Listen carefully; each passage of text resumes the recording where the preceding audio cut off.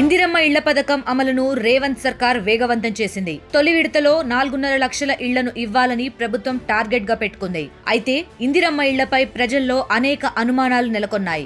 ఎన్ని గదులతో ఇళ్లు నిర్మించుకోవాలి, పరిమితికి మించి గదులు నిర్మించుకుంటే డబ్బులు ఇస్తారా ఇవ్వరా, ఇలా ఎన్నో ప్రశ్నలు ఇందిరమ్మ ఇళ్ల దరఖాస్తుదారుల్లో ఉండిపోయాయి.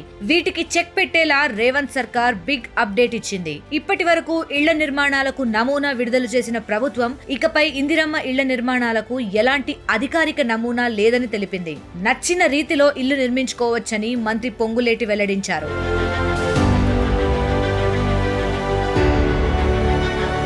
ఇందిరమ్మ ఇళ్ల లబ్ధిదారుల ఎంపికలో ఎలాంటి పొరపాట్లు జరగకుండా రేవంత్ సర్కార్ చర్యలు తీసుకుంటోంది. యుద్ధ ప్రాతిపదికన ఇందిరమ్మ ఇళ్ల డేటాను పరిశీలిస్తోంది.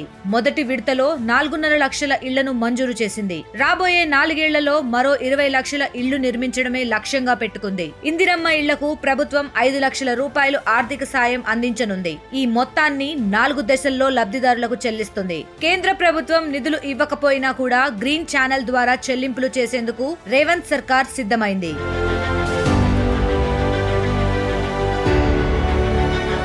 ఇక కొత్త సంవత్సరంలో ఇందిరమ్మ ఇళ్ల నిర్మాణం ప్రారంభించాలని తెలంగాణ సర్కార్ నిర్ణయించింది. ఇప్పటి వరకు 32 లక్షల కుటుంబాల సర్వే పూర్తి చేసి మొబైల్ యాప్ లో నమోదు చేసినట్లు మంత్రి పొంగులేటి తెలిపారు. త్వరలో ఇందిరమ్మ ఇళ్లకు సంబంధించిన వెబ్సైట్, టోల్ ఫ్రీ నంబరు అందుబాటులోకి తీసుకొస్తామన్నారు.